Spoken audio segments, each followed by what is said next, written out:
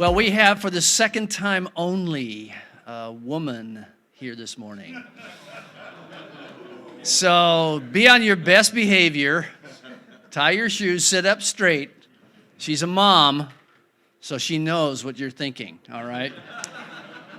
When I was being recruited to come to Minnesota, one of the first things I learned was that there was a couple who were both dentists, Jim and Kim Harms, in Farmington, and they said, "We will offer you free dental care."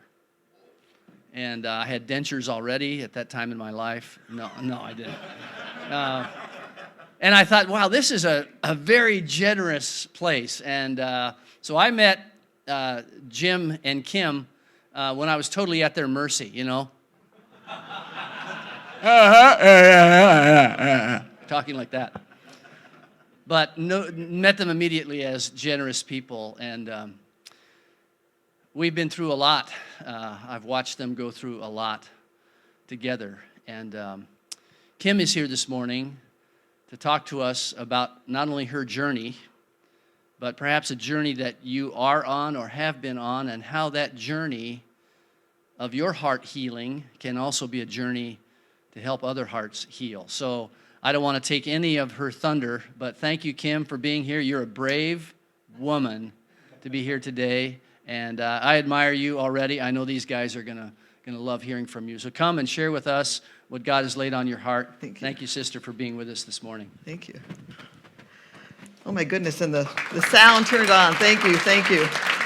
Well, when Pastor Thompson called me up, to speak with you, I work with a lot of women and grief and suffering and all of these wonderful things that we live through. And I noticed that there are differences. And I really seem to know that I'm not making any broad assumptions, but I know in my neck of the woods, I tend to see that we women kind of come together and we talk about things. And when we're hurting, we talk about the fact that we're hurting.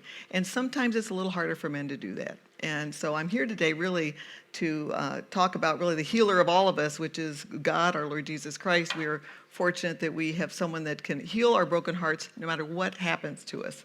And so thank you so much for asking me to come today. And we're going to, if you have any questions, I'm going to be here. You can ask me questions anytime. My husband, Jim, is right there, by the way. So you can ask him questions right there in the red. So he's hiding.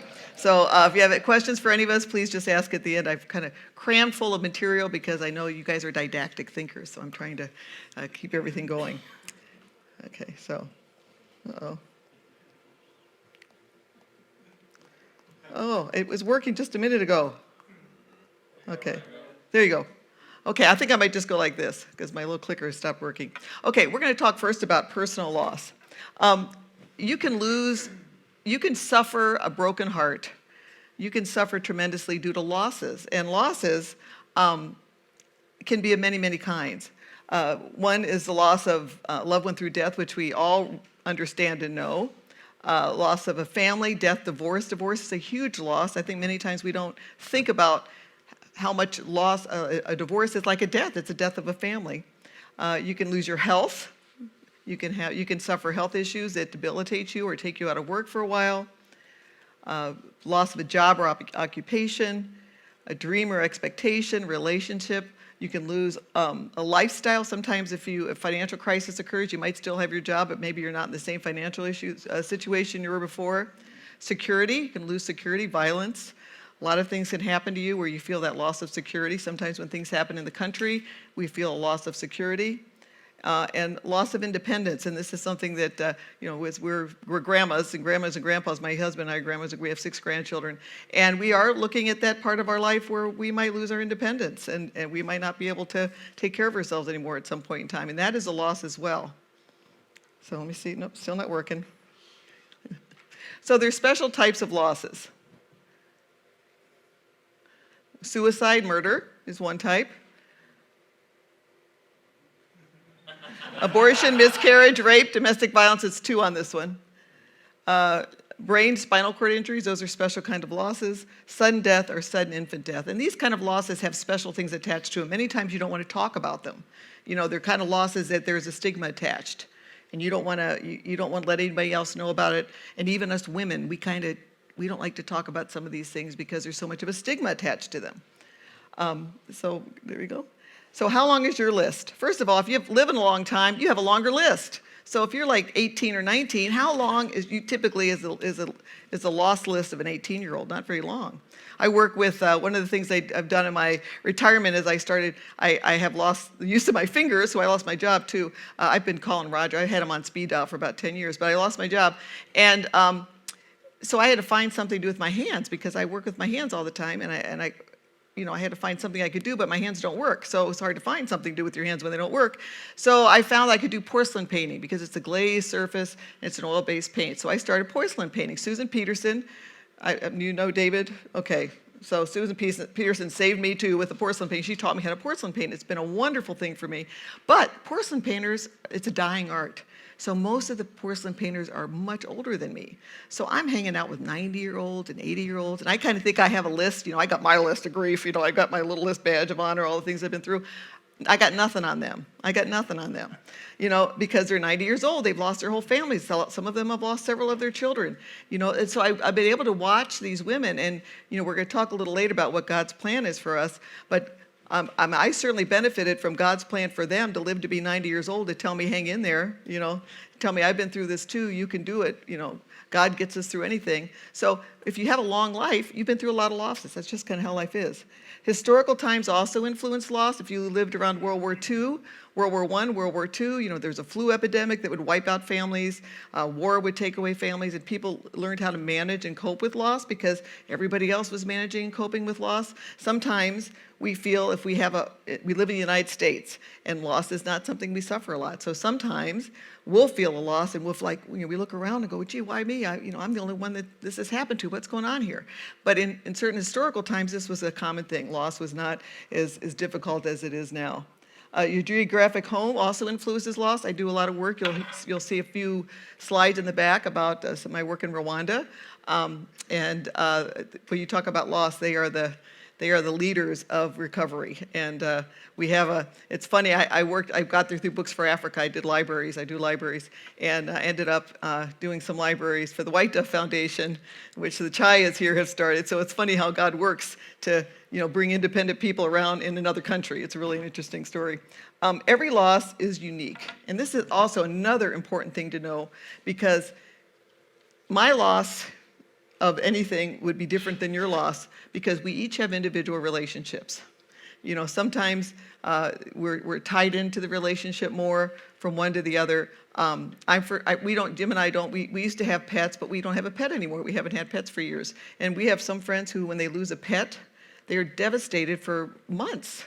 And that probably wouldn't have devastated us as much because we aren't in that situation. So just know that every loss is unique, and you can't look at your brother, your sister, and assume that you know what they're going through, or assume that they should be done with that right now. They shouldn't be continuing to grieve because you don't know their unique loss. Every loss is unique, and sometimes loss can get very, very, very complicated. I'm going to talk to you about a sudden loss that we have. I feel like my life has been in two parts. I kind of feel like I've had two lives. About 2007. Up until 2007, we had a few things going on, a few tragedies that have occurred, but we were getting along, we were moving along. In 2007, my brother died at 56 of a sudden heart attack, and that kind of put me, down. 3 months later, my husband Jim was diagnosed with liver cancer. And that was devastating. And if any of you have had cancer, you get online and you start looking up what are the chances, right? You get on there, you Google, okay, I'm going to Mayo Clinic, and Mayo Clinic said there's a 5% survival rate in 5 years. Well, I didn't like that. So then I went to MD, WebMD, and they said 5%. So then I went on another site and they said 5%. So we were really expecting Jim was not going to live very long because he had liver cancer. But God intervened. We can't predict the future. God intervened, and 6 months later, Jim had a liver transplant. That was in June of 2008, and we were so grateful and so thankful. We had made a lot of changes. We sold half our practice. We had a very busy dental practice, and we made a lot of changes in our life. So there were a lot of other changes going on. But Jim had a successful liver transplant. He beat that 95%. He was in that 5%. And his liver actually is doing great. So then we thought we were doing, we're on the roller coaster. So we're kind of coming up. He was doing well. And then we had our life-changing, catastrophic loss that forever just splits my life and our lives, I think, in two. So when I look at my life, I see my life up until January 29th of 2009. And that's the day our son Eric, who is a student at Columbia University, 45 minutes after his girlfriend broke up with him, he took his own life. And my mother had also taken her own life. We lost a cousin, a nephew as well. This is something that I've experienced before. And that absolutely threw us off the, you can't even describe it. I mean, your whole heart shatters. The world is just completely discombobulated. You can hardly breathe. You feel like there's this big, giant net that's grabbed at your heart, and it's dragging you down all the time. But yet, you have to go on, right? We have to go on. You can't, I would like to just jump in the grave with them. I mean, you see that on movies, you're just trying to dive right in with them. You can't do that. You can't do that. That's not God's plan for us either. And Eric was such a wonderful man. He sang. He was in the worship team here at Berean, and he was the drum major at St. Thomas Academy. He would be up there, and sometimes the parents of the football team would complain that the band got more applause than they did sometimes because he made it cool, he made it fun. He was up there dancing around. They call him the dancing bear, and he would take these kids that typically might not have belonged and made them cool. And that was what Eric did. And we're so proud of him for that. He was also very brilliant. He was at Columbia University. He was on the Dean's List in engineering. He was a National Merit Scholar. And he loved jazz piano. So he played jazz piano all around the campus. And so he was known for sitting there playing the piano.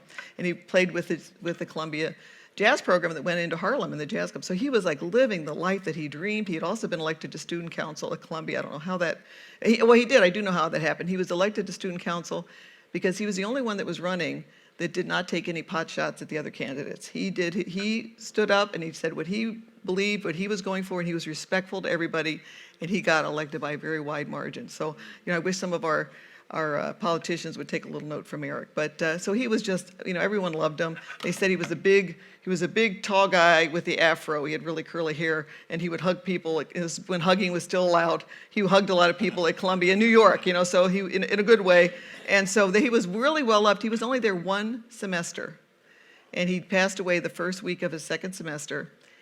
And what you see in the last video was, or the last slide, was a shad bush that they placed at Columbia University. There's a permanent memorial to Eric at Columbia University. A few years ago, they had 7 suicides. So suicides are not, unfortunately, unusual on college campuses. But they planted in a very large green a shad bush in his name right across from the engineering department. And they built a shad bush. A shad bush is a really wide bush. They said they built it because it was wide like Eric. So it just kind of gives everyone a hug. That it blossomed in the spring. It bore fruit in the summer, and it had beautiful leaves all year round, and it provided food for the birds in the winter. It was like a giving tree all year round, and they planted that. These are New Yorkers. They planted that in honor of our son as a permanent memorial at Columbia University. It takes up a lot of space in New York City. So that gives you just an idea of what a wonderful, wonderful young man he was. So what happened? What happened after Eric died? This was such a complicated type of grief. We had the sudden loss, the completely out of the blue loss. We lost our child. We lost my identity as a mother. This was my youngest child, was lost for a while. Our family was 5. Have you ever you kind of count your families, how many there are. We had 5. We were a family of 5, and now we were a family of 4. That was just wrong. There were so many things that come when you suffer a loss like this, things that just you don't even realize that you've lost. So our lives were completely devastated after Eric died. And so we ask a lot of questions. We ask, why do we suffer? Why me?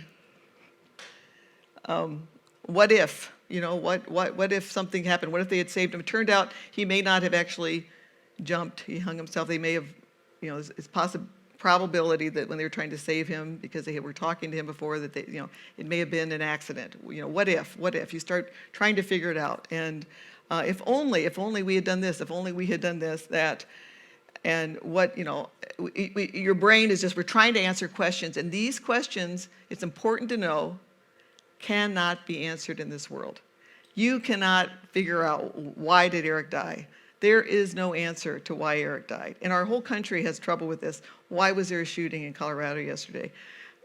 We can't, it's this, it's that. You can't put, we tend to want to put like, it's your fault, it's this fault, it's that fault. It happens. You don't know. We'll never know. We'll never know. And it's part of knowing that you're never going to know, and accepting that is a huge part of healing. And I think men have a little more trouble with this than women, just knowing you're never going to know and accepting that this happened. So right after we had lost Eric, Jim's brother, Galen, invited us to go down with him and his family and a couple of other Harms. Jim's at 12th of 14, so there's a lot of brothers and sisters, to Savannah, Georgia, to Hilton Head, and spend a week with them down in Savannah to kind of get us away. It was a month after, and we were not ready. I mean, if any of you have been through catastrophic losses, you're walking around like a zombie, and someone says something to you, like this outside says hi, but in the inside you're just still the zombie, and you got that rope, that bringing you down under the water, and you're walking around like this. So this is kind of where we were. It was a month later, and they took us to Savannah, and while we were in Savannah, we were touring some historical churches, and this was right before Easter. And we were touring the church, and it was a Catholic church, and they had the Stations of the Cross, and I was looking at the Stations of the Cross, and this wasn't it, but this is close to what I saw. I saw a statue of Mary holding Jesus. And that hit me like a ton of bricks, and I get goosebumps when I even talk about it. Here she was holding Jesus, and all the why me's. I said, why me? Well, why Mary? Mary had to hold Jesus. Why, God knew his son was going to die. Jesus suffered for us. And so a lot of the why me situations kind of changed around. It was right before Easter. And of course, I realized how wonderful Easter was. That Easter, because of Easter, we're saved. Because of Easter, we're going to be together again. I'm going to see my son again. I'm going to see my mother again. Because of Easter, we can live. We can truly live. And it really hit me. There was that statue that hit me. And again, I still get goosebumps when I talk about it. That those questions of why me kind of dissipated at that time. And so I realized that Christ suffered. He suffered and died for us, for our sins. God suffered. God was a father. God watched his son die. He suffered when he watched his son die. God suffered. Christ's mother suffered. Christ's mother had to watch him on the cross. She had to help him get buried. She had to see him humiliated during that time. Our son was basically honored till he died, and then he was honored after he died. So I really kind of got, okay, this is not about me. This is a universal thing. It's not about me, and I have to look beyond life on earth and look to see what this meant. I will have to do a side note that Mary did get her son back for 40 days after 3 days. So I have to tell you that Satan gets in your head. He was putting that in my head. Well, she got her son back for a few days and then went back to heaven. But I've taken all that away. She did suffer very, very much as she went through the watching Christ die on the cross and losing him again, and also probably knowing that this was going to happen to him, because I think it would have been a hard thing to know this was going to happen. You live your life like everything's going well, and this could happen. So Satan does get in your head, and he does put little things in your head to try to get you off course, but you just have to kind of push him aside and move ahead, because he'll do that all the time. Okay? Now, when it comes to emotional turmoil, being tough on the outside can cause physical damage on the inside. Now, I'm showing this slide only because the character in here has asked for complete anonymity. He is someone who has suffered because he tries to be tough on the outside. Is that okay, honey? Did that work out for you? Okay, so complete anonymity. I just want to make sure that this is covered up enough. He did. This is my husband, Jim. He did. When Eric died, I went, and I suffer from depression too, and as my whole family, my mother and obviously my son. We didn't know my son did, but obviously he did. And so I went to get treatment right after he died from my doctor. I got treatment. I wanted to get this taken care of. I wanted to at least get all the help I can get to move ahead. Jim, the tough Norwegian, felt that he could work through this. He can't be depressed because depression is a sign of weakness in many people's eyes. Is that right, honey? Is that right? Yes, he's saying yes. Okay. Because it's a sign of weakness. So he's a tough guy. However, a year or so after Eric died, Jim suffered. His heart had just broken down. I call it broken heart syndrome. I think he has broken heart syndrome. He might not agree with me, but it's my opinion. He needed quadruple bypass surgery. He needed a valve replaced, and there was a little hole. It was a congenital that had gotten bigger, but they repaired this. They basically went in and did a whole heart kind of rehab on Jim. I think if they'd known from what the doctors were saying, I think if they had known all of the issues in Jim's heart, they probably would have gone for a transplant. But they were able to, through the surgery, take care of that. It's important to note that before Jim's liver transplant, before you get a liver transplant, every other organ system has to check out as fine. So, year and a half, 2 years before he was in the hospital getting all this reconstruction done, his heart had checked out as fine. So all of this damage was done in 2 years. But it was 18 months of horrible suffering. 18 months of horrible suffering. So I am convinced that much of this was due to the suffering that occurred after Eric's loss. So he's got the biggest scar. If you guys ever do a scar contest, he's got the scar from the heart here, and then it's like a Mercedes scar for the liver. So he's got the heart. So if you guys ever want to connect scars, he wins. Got the biggest scars. Biggest scars in a lot of ways, right? Okay. There are many physical symptoms of grief and stress. Fatigue, insomnia, loss of appetite, lowered resistance to infection. You can become more ill. You'll suffer more flus and more other things from grief and stress. Overeating, so you can stop eating, you can overeat. Nausea, heart disease, Jim, heart disease. High blood pressure, skin problems, chronic pain. I'm going to stop at chronic pain for just a second because Jim's stress, I think, came out as heart disease. Right after Jim, all this was happening, Jim was getting a surgery. I kind of noticed since after Eric died, that I was having a lot of pain in my neck and in my back, in my hips and in my arms. And I have arthritis anyway, so that's kind of all part of my genetics. And dentists have a lot of back and neck pain, so that, I wasn't really thinking too much about it, except I got to the point where I started hitting things like fire hydrants with the back of my car because I couldn't turn my neck. I was trying to get my eyeballs to go all the way back to see where where things were behind me. And so that's when I realized it was a problem that I couldn't turn my neck. So I went to Mayo Clinic, thank God for Mayo Clinic, to see what they could do to help me because I was working full time. Jim was recovering from the transplant. Eric had died. I was working 2 jobs and trying to kind of juggle everything, which that's the other thing that happens when you're trying to juggle everything when you go through these things. And so I went down to Mayo Clinic and they said after the first day, whoops, you're going to have to find another profession because you have nerve damage in your neck, which affects your drilling fingers. And if you're a dentist, you got to have your drilling fingers. You can't go in there and, you got a big high-speed drill. You can't go in there and go, well, my fingers don't really work, but let me see what I can do in there. I mean, that doesn't work. That completely eliminates you from practicing clinical dentistry. So in one day, I also lost my profession. And it's a nice profession, and I was planning on another 15 years of working, and my 401k plan was planning on another 15 years of, contribution. So that was like, we were going, what the heck? I called Pastor Thompson on the way home from that cried for about an hour in the Mayo Clinic bathroom. They need a crying room in there. And they really do. I'm going to ask for that. They need a place just to go to cry when something goes wrong, and then you can come out, but I was in the bathroom. And then I was coming home, and I was on the phone. I have Bluetooth, so I wasn't using my hands. I was on the phone crying, Pastor Thompson, now look at what happened. I lost my job, and he was so good on the phone. And by the time I finished talking to Pastor Thompson, I realized, what's not the worst thing that's happened to me, right? I mean, it puts things into perspective. So obviously there's another plan. So I had to work on another plan for my life.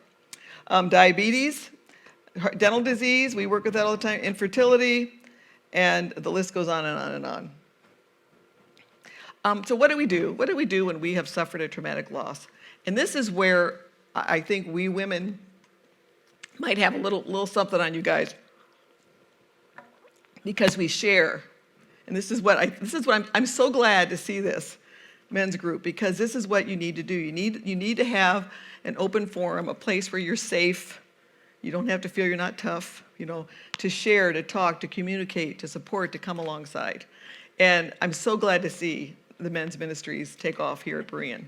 Because we women have been doing these ministries for years, and it's really high time, to see the men doing it as well. Because this is something that I think in our culture, we tend to feel that the men have to be the strong ones, and and you don't. And really, I don't think you're being vulnerable by talking and sharing. I think you're just telling the truth.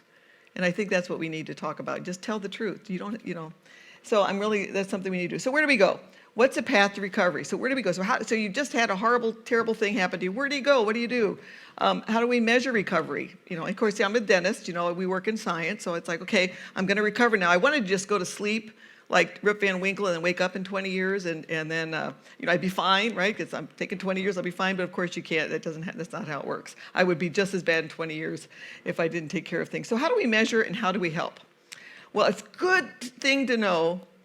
Right after I lost my job, I decided maybe I need a little grief counseling. But of course, I'm a dentist, so we don't, we think we know everything. We're type A. We're pretty pathetic. It's bad. So I'm a type A personality. So instead of going to a grief counselor, I became a grief counselor, which is like, this is what dentists do. It's nuts, really. I don't know why I did, but I had time. I just lost my job. So, hey, I'm going to be a grief counselor. I'll take care of this. I'm going to fix this. I'm going to be a grief counselor. And I think I really helped people when I was a grief counselor. The problem was that I got worse, because when I would help someone else, I would take on all their problems, and then I would go home and they'd be better and I'd be a mess. So that didn't last very long when I was actually a grief counselor, but I learned a lot. And one of the things I learned, and the best thing I learned, is that there are tasks to mourning.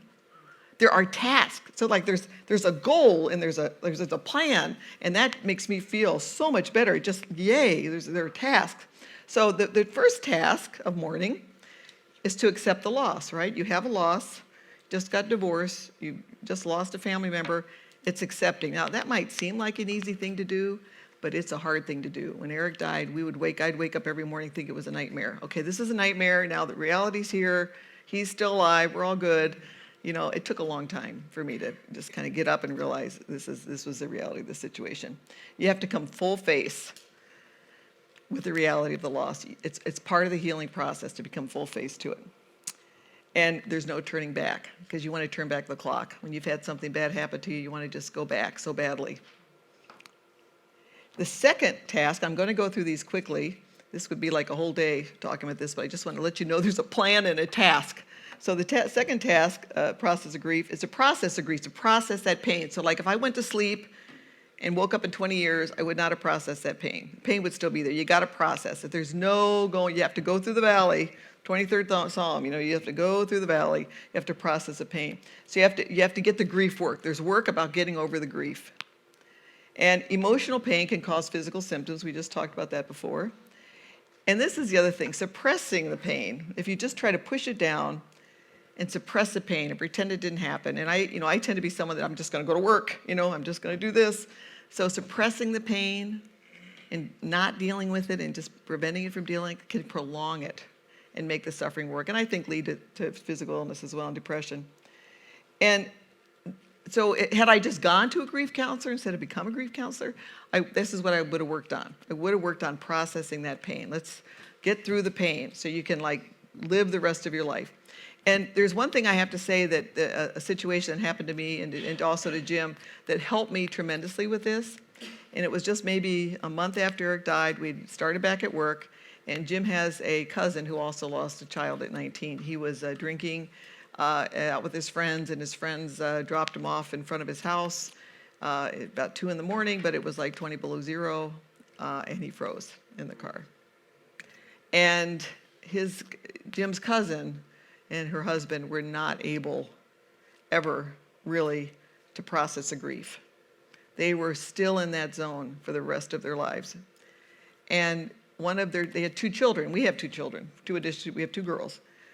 And they had 2 children remaining. And One of those was one of our patients, and he was at our office, and I'll just never forget, just like the statue with Mary and Jesus, just like that. Another big moment for me was when I walked out of our office. Jim was standing with his cousin in the parking lot, and his cousin was crying, and his cousin said, "I just want you to know that my parents could never get over this, and I just want you to know you should never let either of your children think that they are not enough." And I'm getting goosebumps again every time I say that, because it was a critical moment for me. Don't let your children think that they are not enough. And at that moment, it went from, again, me, my processing and trying to get through it, to realizing, ooh, I got a job to do. I got to work on this. I got to get this taken care of, because I have 2 daughters left. And I better make sure, and I had Jim, and Jim was still struggling, so I better make sure that I do everything I can, not for me, but for them. It makes it a lot easier. When you're working for your kids, you have a lot more motivation than just doing it for yourself. And so that was another moment that really, really helped me. And that was probably one of the biggest things that helped me get through the grief process. Third one is adjusting to the world. So now all of a sudden, that person is not in your life anymore. And if Eric had just started college, so we were, talking all the time. We were getting his stuff ready for college. We're getting, shipping things, sending care packages. Whatever, if you're divorced, your family's all together, whatever the loss, you have to adjust to your new life without that person or that, family or whatever it is that you've lost in your life. That's a hard adjustment. And there's a couple of adjustments. How does it affect your everyday functioning? That's one adjustment. You get up, you don't do that anymore. A lot of widows, when their husbands die, have really, really struggle with getting up, because maybe they didn't know how to do some things.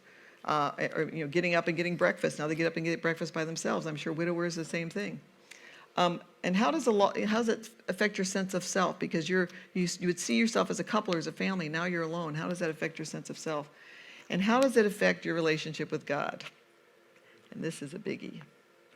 And one of the things that I'm really grateful for is that not ever, ever in this did I get angry with God. I don't know why, but not ever did I get angry with God. And it is only with God's help that you can get through this. But I think getting angry with God is something that is pretty normal, and it happens to a lot of people. It doesn't really get you anywhere, but it's, again, one of those wormholes. There's lots of little wormholes you can fall in. One is trying to figure out why, why me? God, why did you let this happen? And we're going to talk a little bit later about trusting in God and learning to do that. In the initial stages, this is hard, because in the initial stages, you're still a zombie. You're still walking around with and you can't even function.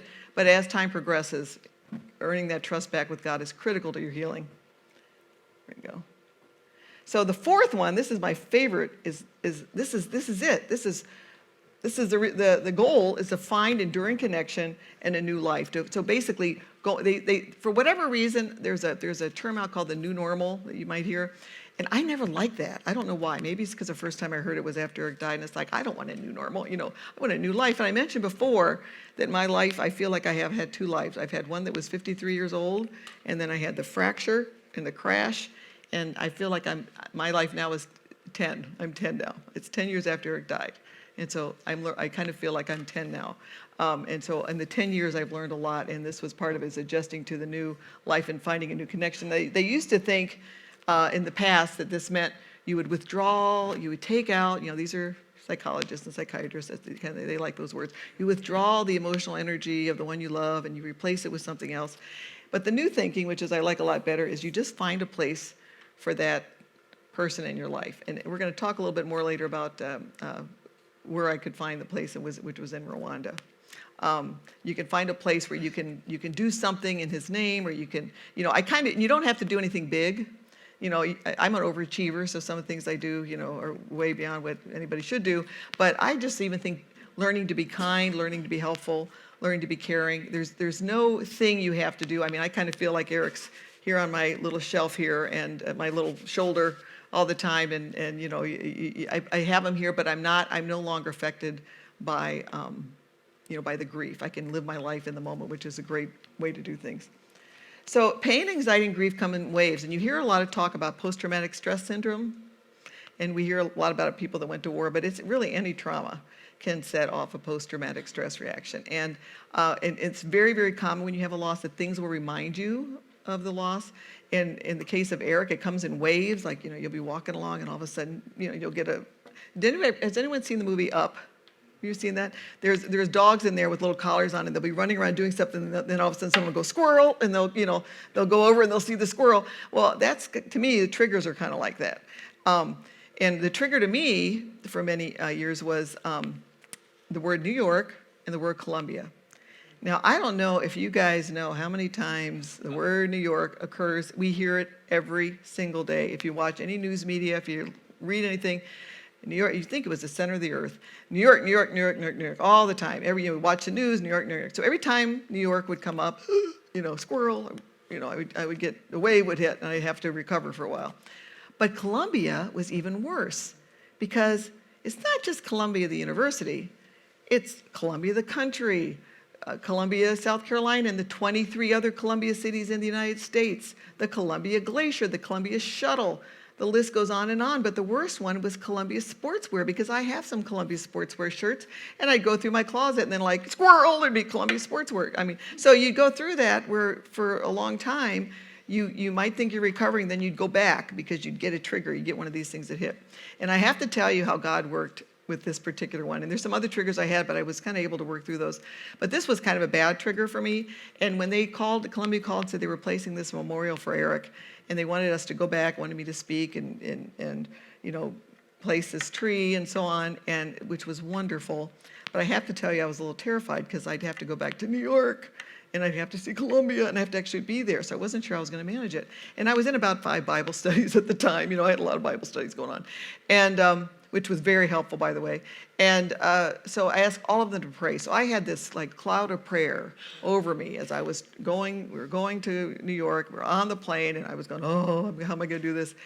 And a miracle occurred, because I took one step in the jetway off that plane, and all of that pain, the grief, the suffering, the hold that Columbia, New York had me disappeared. They were completely gone. And it was just like, it just lifted. And I went there. I had a great time in New York. We were able to get through the ceremony, and I was able to kind of comfort some of the kids that were there. It was wonderful. And you could say Columbia, New York to me all you want, and I could put my Columbia shirts on, and it would no problem, So, God does work to help us, and maybe in small little ways, but he does work to help us. And I think praying for your friends is a great thing, because I attribute that all to prayer. I think that when you look at people that have been through a lot in their lives, this is an olive tree from our trip, the Berean trip to Israel, which happened right after Jim had his heart surgery, so he was hobbling along. Maybe 3 or 4 months after his heart surgery. And these are the olive trees, and they're at Gethsemane. And at Gethsemane, the olive trees are standing, but they're scarred. And they've been there for 20,000 years, or for 2,000 years. They were there when Christ was there. So I'm going to just talk really quickly about God has a plan. He's got a plan for you. You might not always know what it is, but he has a plan. And the question I think you should all ask is, what's God's plan for you? It doesn't mean you have to go to Rwanda or do anything else. It could just be being kind to the person in front of you. I like to look at God's plan moment by moment. What's his plan for me today, right now? And God allows us to go through pain and suffering so you can accomplish his work for you. And I think the hard part is giving up. It's a control thing, giving up your life to God and letting God take care of you through that. And I think trusting in God is absolutely critical to getting through this. Really trusting in God is critical. And just remember, it all works out in the end, because Jesus died for our sins. It all works out at the end. I'm going to see my son. Every problem you have, no tears will be shed. You're going to live a wonderful life in heaven. And so look at the end. And I'm sorry I went a little bit over, but thank you very much. So guys, you have some questions. Maybe one of them fits around your table better than the others, but let's begin and start talking about some of these things around your table.